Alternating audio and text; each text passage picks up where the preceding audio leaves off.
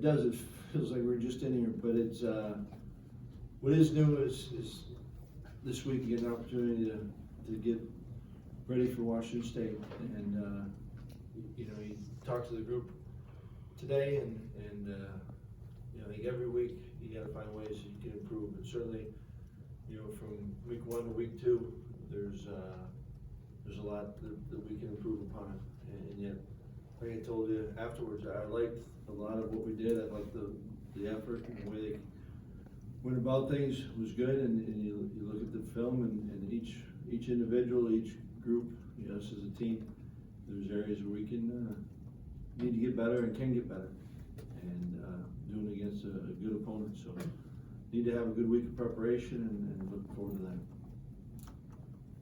Mike's on both sides. Flag them down, Jim. Well, I know Jim played a lot of safeties in week 1, I think at least 6, but a couple guys that we haven't seen.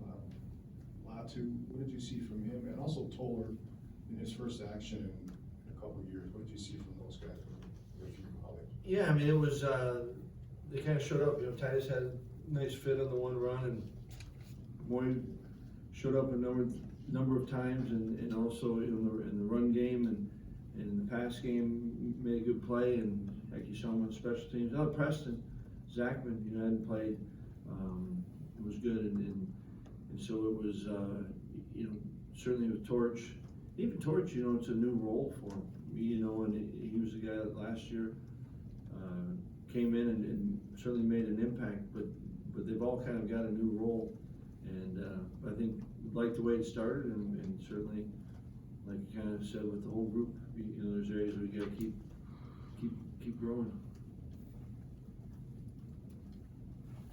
Paul, you mentioned that you like pass protection on Saturday.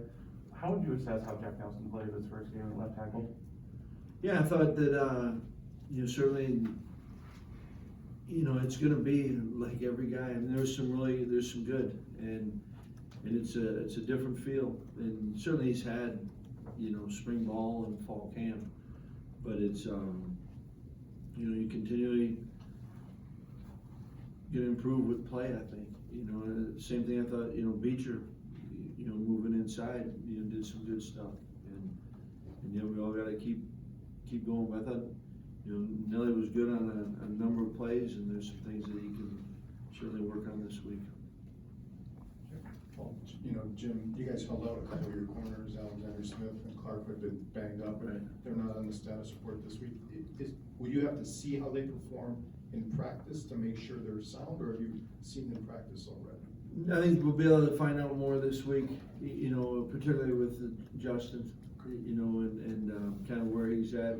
It's been going well for him, and yet, you know, getting a good tomorrow, you know, Tuesday, Wednesday practice out of him, then I think, you know, we're optimistic certainly, but you got we're gonna need those practice days. Paul, with Hayden Rucci having his first couple of collegiate receptions in his 4th year, just how have you seen him evolve as a player, but also, you know, as a potential pass catcher within this offense? Yeah, I think that you know, credit to him, you know, for the work he's put in, and you know, I think that he's like a lot of our guys, you know, that they need to be, you know, those situations he was in, and I thought Graham made a good decision on it, and then they've got to be able to deliver, you know, in the passing game as much as in the run game, and I think that whole tight end group is one that we feel good about. They just got to continue to play, you know, and gain that experience. And I know they've been in game situations, but they just got to continue their roles a little bit different now, and you got to keep growing. Mark? Paul, I just want to get your thoughts on your inside linebackers, Muma and Jordan. What did they show you? What stood out about them last week?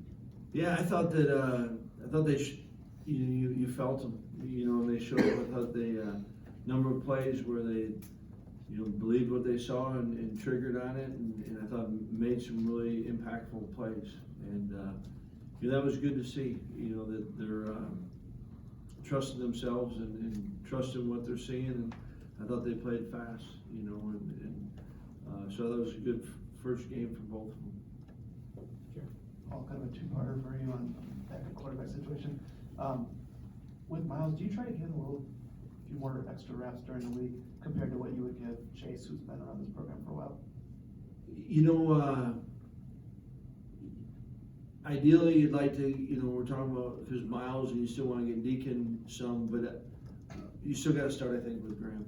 You know, and making sure that he's got the right amount of reps and the looks that he needs to see, and so I think that maybe a couple more, and yet, you know, like Chase was so good at when we were doing, you know, anything where we go like our second offense versus our one defense.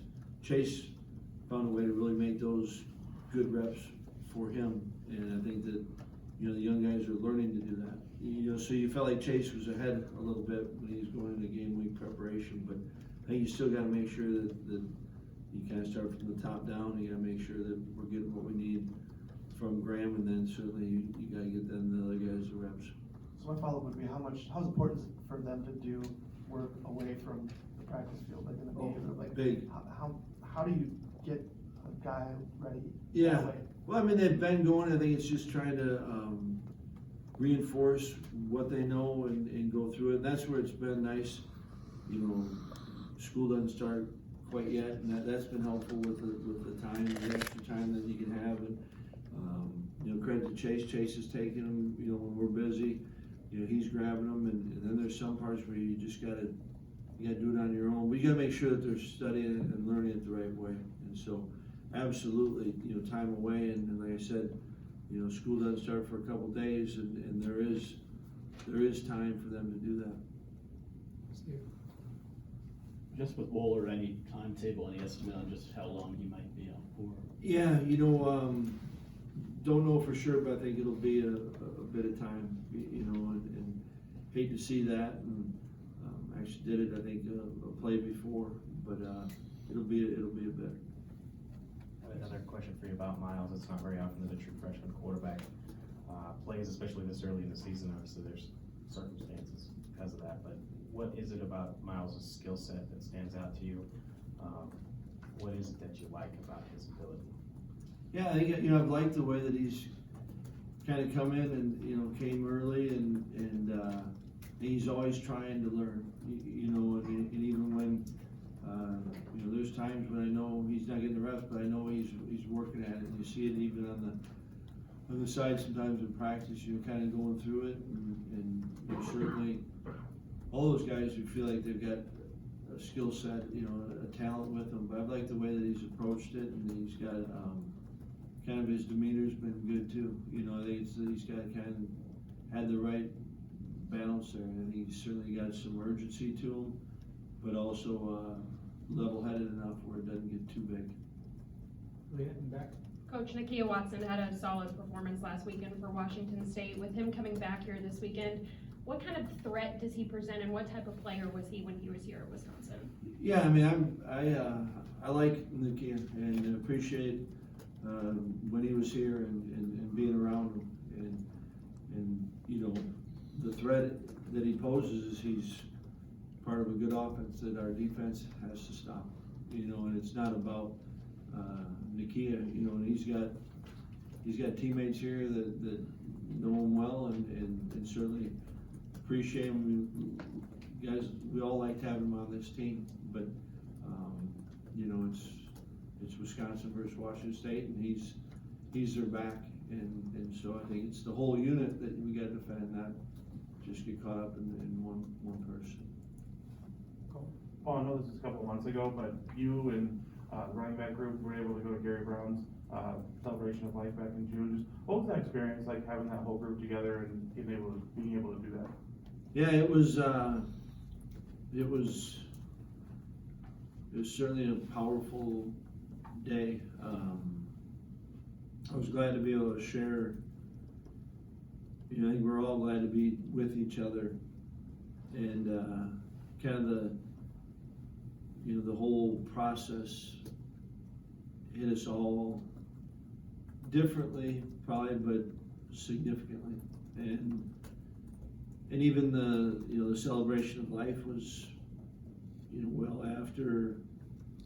You know, it wasn't that weekend. It wasn't, you know, shortly after, and it was something that I think we're all felt fortunate to be able to do. But when we say that, we know that none of us wanted to be there. But it was a good, tough day.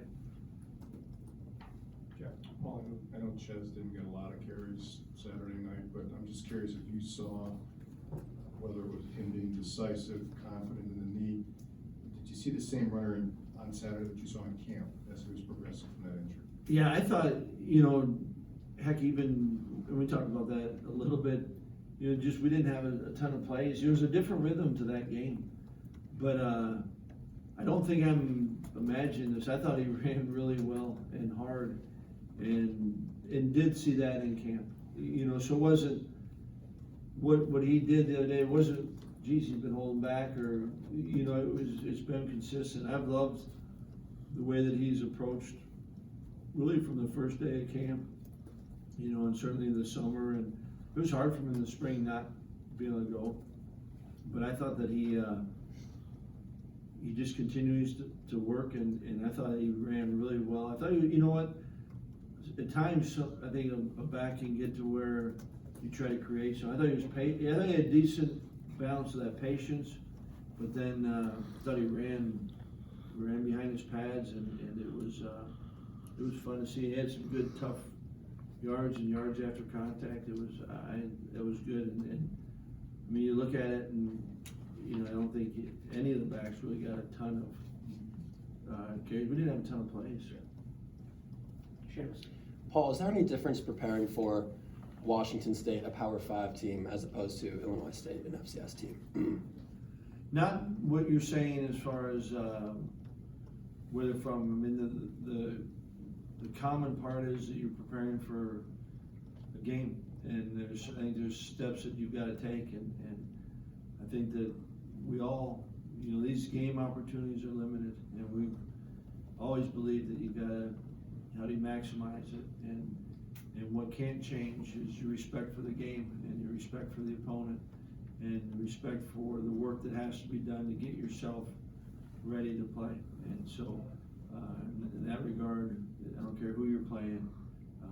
You think about it, you gotta try to focus on the things that you can impact and control, and we can control our preparation. What's different is, it's a different style of offense, it's a different defense.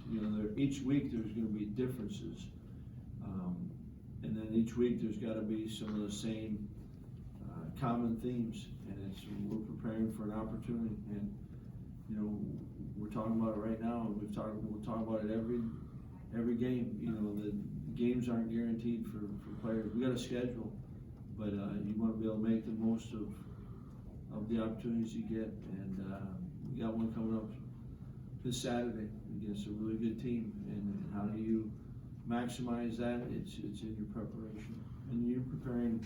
Heck, we're focusing in this weekend, but you're preparing all year for these game opportunities.